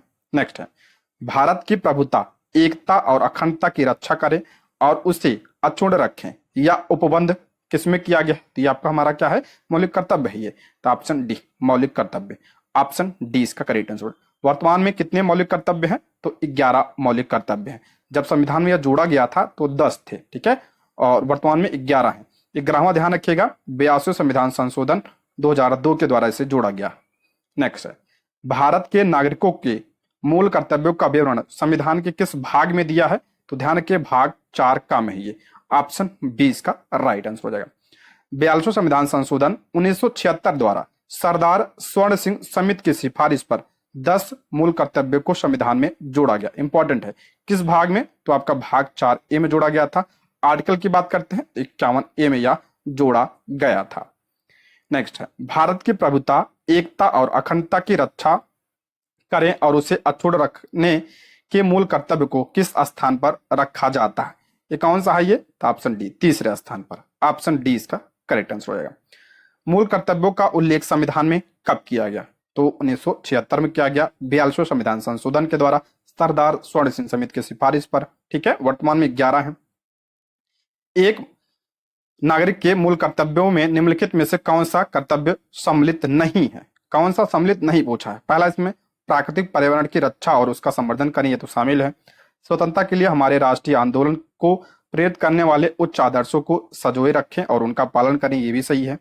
अस्पृश्यता मिटाने के सारे प्रयास करें, ये आपका क्या है, नहीं, इसमें ऑप्शन सी इसका करेक्ट आंसर हो जाए। अस्पृश्यता का अंत किस में है, तो ये आपका आर्टिकल 17 में है। नेक्स्ट बढ़ते हैं, निम्नलिखित में से कौन भारतीय संविधान के अंतर्गत मौलिक कर्तव्य में शामिल नहीं है, कौन सा मौलिक कर्तव्य में शामिल नहीं है, तो ऑप्शन सी ग्राम पंचायतों के गठन में सहायता करना, ये आपका किस में है ग्राम पंचायत के बारे में, तो आपका 40 में दिया है, डीपीएसपी का भाग है, ऑप्शन सी इसका करेक्ट आंसर हो जाएगा। निम्नलिखित में से कौन सा भारत के संविधान में विहित एक मूल कर्तव्य नहीं है, तो कौन सा नहीं है, तो ऑप्शन डी अंतरराष्ट्रीय शांति और सुरक्षा को बढ़ावा देना, ये किसका भाग है, तो डीपीएसपी का भाग है ये, तो ऑप्शन डी इसका राइट आंसर हो जाएगा। नेक्स्ट बढ़ते हैं, निम्नलिखित में से किस समिति की संस्तुति पर भारतीय संविधान में मूल कर्तव्य शामिल किए गए थे, अभी हमने पढ़ा, तो सरदार स्वर्ण सिंह समिति की सिफारिश पर इसे लागू किया गया था, ठीक है। 42वां संविधान संशोधन 1976 के द्वारा भाग 4A में है और 51A आर्टिकल में है ये। भारतीय संविधान का कौन सा अनुच्छेद राष्ट्रपति को उच्चतम न्यायालय से परामर्श करने की शक्ति प्रदान करता है, इंपॉर्टेंट है। भारतीय संविधान का कौन सा अनुच्छेद राष्ट्रपति को उच्चतम न्यायालय यानी सुप्रीम कोर्ट से परामर्श करने की शक्ति प्रदान करता है, तो 143, ऑप्शन सी इसका राइट आंसर हो जाएगा। 143 अनुच्छेद 143 के अनुसार राष्ट्रपति को 2 श्रेणियों के मामलों में उच्चतम न्यायालय से परामर्श लेने की शक्ति प्रदान की गई है। यदि राष्ट्रपति को यह प्रतीत होता है कि विधि तथा तथ्यों का कोई ऐसा प्रश्न उत्पन्न हुआ या होने की संभावना है, तब परामर्श ले सकता है। ऐसी प्रकृति का और ऐसे सार्वजनिक महत्व का विषय हो कि उस पर उच्चतम न्यायालय की राय लेना आवश्यक हो, तो उस प्रश्न को विचार के लिए भेज सकता है, ये ध्यान रखिएगा, तब परामर्श ले सकता है। नेक्स्ट है, संविधान के निम्नलिखित अनुच्छेद में से किसके अंतर्गत संघ की कार्यपालिका शक्तियां राष्ट्रपति में निहित है, इंपॉर्टेंट है ये, तो ऑप्शन क्या हो जाएगा, सी आर्टिकल 53, ऑप्शन सी इसका राइट आंसर हो जाएगा। संविधान के आर्टिकल 53 के तहत संघ की कार्यपालिका शक्ति किसमें होती है, तो आपका राष्ट्रपति में निहित होगी। ये किसमें कहा गया है, तो आर्टिकल 53 में कहा गया। संविधान के भाग 5 के अनुच्छेद 52 से अनुच्छेद 78 तक संघ में कार्यपालिका का वर्णन है। कार्यपालिका का किस आर्टिकल में है, तो 52 से 78 में है। संघ की कार्यपालिका में राष्ट्रपति, उपराष्ट्रपति, प्रधानमंत्री, मंत्रिमंडल तथा महान्यायवादी शामिल होते हैं, ठीक है। कार्यपालिका में इतने लोग शामिल होते हैं। अगर हम बात करें तो भारतीय संविधान के अनुच्छेद 52 में कहा गया कि भारत का एक राष्ट्रपति होगा। राष्ट्रपति पद का उल्लेख इसमें तो आपका 52 में कहा गया है। 54 में क्या कहा गया है कि राष्ट्रपति का निर्वाचन है इसमें। 51 में क्या है, अंतरराष्ट्रीय शांति और सुरक्षा की अभिवृद्धि संबंधित राज्य के नीति निर्देशक सिद्धांत हैं इसमें। नेक्स्ट, निम्नलिखित में से संविधान के कौन से अनुच्छेद के तहत राष्ट्रपति के पास संसद को संबोधित करने की शक्ति प्रदान है, तो option B article 86, option B. संविधान के अनुच्छेद 86 के अनुसार राष्ट्रपति के पास संसद को संबोधित करने की शक्ति प्राप्त है तथा उन्हें संसद को संदेश भेजने का भी अधिकार प्रदान किया गया है। अनुच्छेद 85 में क्या है, तो इसमें संसद के सत्र, सत्रावसान और विघटन का उल्लेख किया गया है। 87 में क्या है, इसके अंतर्गत राष्ट्रपति के विशेष अभिभाषण की व्यवस्था की गई है। 88 में क्या है, इसमें सदनों के संबंध में मंत्रियों और महान्यायवादियों के अधिकार का उल्लेख किया गया है 88 में। नेक्स्ट है, वित्तीय आपात का उल्लेख संविधान के किस अनुच्छेद में किया गया है? सभी को पता होगा वित्तीय आपात किस में है, आपका 360 में है। ऑप्शन क्या हो जाएगा, सी इसका करेक्ट आंसर हो जाएगा। यदि राष्ट्रपति को यह समाधान हो जाता है कि भारत या उसके किसी भाग में वित्तीय अस्थायित्व या भारत की साख संकट में है, तो वित्तीय आपातकाल की घोषणा कौन करता है, तो राष्ट्रपति कर सकता है। ये किस में है, तो आर्टिकल 360 में है। 352 में क्या है आपका, राष्ट्रीय आपातकाल है। 356 में क्या है, तो राष्ट्रपति शासन है। 360 में क्या है आपका, वित्तीय आपातकाल है। अभी तक एक बार भी भारत में वित्तीय आपातकाल नहीं लगा है, ठीक है, इसको आप लोग ध्यान रखिएगा। नेक्स्ट बढ़ते हैं, राष्ट्रपति 5 वर्ष तक अपने पद पर रहता है। राष्ट्रपति 5 वर्ष तक अपने पद पर रहता है, तो ऑप्शन सी अपने पद ग्रहण के दिन से, ऑप्शन सी इसका राइट आंसर हो जाएगा। अनुच्छेद 56 के अंतर्गत राष्ट्रपति के कार्यकाल का उल्लेख किया गया है, जिसमें कहा गया कि राष्ट्रपति पद ग्रहण करने की तिथि से 5 वर्ष तक अपने पद पर रहता है। वह अपने कार्यकाल की समाप्ति से पूर्व उपराष्ट्रपति को संबोधित त्यागपत्र छोड़ सकता है। यानी अगर जो है राष्ट्रपति को त्यागपत्र देना होगा, किसको देगा, तो उपराष्ट्रपति को देगा। नेक्स्ट है, राष्ट्रपति के निर्वाचन में राज्य का मुख्यमंत्री मतदान करने के लिए पात्र नहीं होता यदि, राष्ट्रपति के निर्वाचन में जो राज्य का मुख्यमंत्री होता है मतदान करने के लिए पात्र नहीं होता यदि, तो ऑप्शन सी यदि वह राज्य विधानमंडल में उच्च सदन का सदस्य हो। ऑप्शन सी इसका करेक्ट आंसर हो जाएगा। देखिए, राज्य विधानमंडल के उच्च सदन यानी विधान परिषद के सदस्य राष्ट्रपति के चुनाव में भाग नहीं लेते। मैंने बताया था इसमें कौन कौन भाग लेता है, इंपॉर्टेंट है, ये पूछा जाता है। तो इसमें जो है आपका लोकसभा, राज्यसभा के निर्वाचित सदस्य, सिर्फ ध्यान रखिएगा निर्वाचित भाग लेते हैं, मनोनीत नहीं भाग लेते हैं इसमें, प्लस विधानसभा के आपके निर्वाचित सदस्य भाग लेते हैं, प्लस दिल्ली और पांडुचेरी के निर्वाचित सदस्य इसमें भाग लेते हैं। इतने लोग इसमें जो है भाग लेते हैं राष्ट्रपति के चुनाव में। ये मैंने कई बार बताया है, इसको ध्यान रखिएगा। अला निम्नलिखित में से कौन सी वीटो शक्ति के तहत राष्ट्रपति किसी विधेयक को संसद के पुनर्विचार हेतु लौटाता है? इंपॉर्टेंट है ये। ऑप्शन बी निलंबनकारी वीटो शक्ति कहा जाता है इसे, ऑप्शन बी। देखिए, अत्यंतिक निषेधाधिकार क्या है, तो व्यवस्थापक द्वारा पारित विधेयक को राष्ट्रपति द्वारा स्वीकृति देने से इनकार करने हेतु इस वीटो का प्रयोग किया जाता है। निलंबित निषेधाधिकार क्या है, ये वीटो है सारे। इस वीटो के तहत व्यवस्थापक द्वारा पारित विधेयक को राष्ट्रपति पुनः विचार के लिए लौटा सकता है। जेबी वीटो क्या है, इंपॉर्टेंट है। इस वीटो के तहत व्यवस्थापक द्वारा पारित विधेयक को राष्ट्रपति ना स्वीकृत दे और ना ही अस्वीकृत करे, यानी अपने पास ही रख ले, ना जो है विचार के लिए लौटाए। ये आपका क्या है, जेबी। और 1986 में ज्ञानी ग्याल सिंह द्वारा डाक विधेयक के संदर्भ में इस वीटो का प्रयोग किया गया था। इंपॉर्टेंट है, पूछा गया है ये, ठीक है, डाक विधेयक को रोका गया था। नेक्स्ट है, भारत के राष्ट्रपति को महाभियोग द्वारा हटाने की प्रक्रिया निम्नलिखित में से किस अनुच्छेद में वर्णित है? तो मैंने बताया था अनुच्छेद 61 में है ये। ऑप्शन बी इसका राइट आंसर हो जाएगा, ऑप्शन बी अनुच्छेद 61। इस अनुच्छेद के अंतर्गत राष्ट्रपति पर महाभियोग की प्रक्रिया का उल्लेख किया गया है, जिसके अंतर्गत संविधान के उल्लंघन के आधार पर राष्ट्रपति पर महाभियोग चलाकर उसे पद से हटाया जा सकता है। महाभियोग केवल संसद के दोनों सदनों में किसी एक सदन में लाया जा सकता है। ध्यान रखिएगा, ये किसी भी सदन में लाया जा सकता है, चाहे लोकसभा में चाहे राज्यसभा में। महाभियोग हेतु अभियोग चलाने वाले सदन की समसंख्या के 1/4 सदस्यों के हस्ताक्षर होने आवश्यक हैं और 14 दिन पूर्व जो है राष्ट्रपति को क्या देना होता है, नोटिस देना होता है। नेक्स्ट है, निम्नलिखित में से कौन सा भारत के राष्ट्रपति के निर्वाचक गण का तो भाग है किंतु महाभियोग अधिकरण का भाग नहीं है? तो ऑप्शन सी इसका राइट आंसर हो जाएगा, राज्य की विधान परिषद। ऑप्शन क्या हो जाएगा, सी इसका करेक्ट आंसर हो जाएगा। संविधान के उल्लंघन के आधार पर राष्ट्रपति पर महाभियोग चलाकर उसे पद से हटाया जा सकता है। महाभियोग केवल संसद के दोनों सदनों में से किसी एक सदन में लाया जा सकता है, ठीक है, केवल एक सदन में लाया जा सकता है इसे, ये पॉइंट ध्यान रखिएगा। अगला प्रश्न है, निम्नलिखित में से संविधान के कौन से अनुच्छेद के तहत राष्ट्रपति को क्षमादान की शक्तियां प्राप्त है? मोस्ट इंपॉर्टेंट है, राष्ट्रपति की क्षमादान शक्तियां किसमें है? तो ऑप्शन सी, अनुच्छेद 72। ऑप्शन क्या हो जाएगा? सी इसका करेक्ट आंसर हो जाएगा। ठीक है, नेक्स्ट है, निम्नलिखित में से कौन से अनुच्छेद के तहत राष्ट्रपति उपराष्ट्रपति की शपथ का उल्लेख किया गया? उपराष्ट्रपति के बारे में पूछा है, तो शपथ किस में है उपराष्ट्रपति का? ऑप्शन बी, अनुच्छेद 69 में।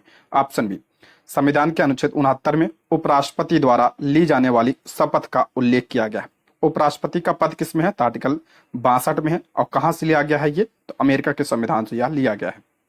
नेक्स्ट है, निम्नलिखित में से कौन राष्ट्रपति के निर्वाचक में भाग लेते हैं परंतु उपराष्ट्रपति के चुनाव में भाग नहीं लेते हैं? तो ऑप्शन क्या हो जाएगा? सी इसका राइट आंसर हो जाएगा, राज्य विधानसभाओं के निर्वाचित सदस्य। ऑप्शन क्या हो जाएगा? सी इसका करेक्ट आंसर हो जाएगा। ऑप्शन सी इसका करेक्ट आंसर हो जाएगा। राज्य विधानसभाओं के सदस्य उप राष्ट्रपति के निर्वाचन में भाग नहीं लेते हैं, केवल संसद के मनोनीत व निर्वाचित सदस्य भाग लेते हैं। ध्यान रखिए, जो उपराष्ट्रपति का निर्वाचक मंडल होता है, इसमें कौन शामिल होता है? इसमें आपका लोकसभा और राज्यसभा के सभी सदस्य इसमें शामिल होते हैं। ठीक है, निर्वाचित और मनोनीत दोनों, सभी। अगला है, भारत के निम्नलिखित में से किस मुख्य न्यायाधीश ने उपराष्ट्रपति के रूप में कार्य किया है? Option B, Mohammad Hidayatullah. Option B इसका राइट आंसर हो जाएगा। मोहम्मद हिदायतुल्ला भारत के उपराष्ट्रपति 1969 से 1984 तक रह चुके हैं। ये 20 जुलाई 1969 को कार्यवाहक राष्ट्रपति के रूप में पदभार इन्होंने संभाला था। ऑप्शन क्या हो जाएगा? बी इसका करेक्ट आंसर हो जाएगा। ठीक है, ऑप्शन बी। दोस्तों, आज की वीडियो में बस इतना ही। इसके आगे के प्रश्नों को हम अगली वीडियो में करेंगे, तो आप लोग कमेंट बॉक्स में जरूर बताइएगा वीडियो कैसी लगी। ये रहे आज के प्रश्न। Thank you for watching.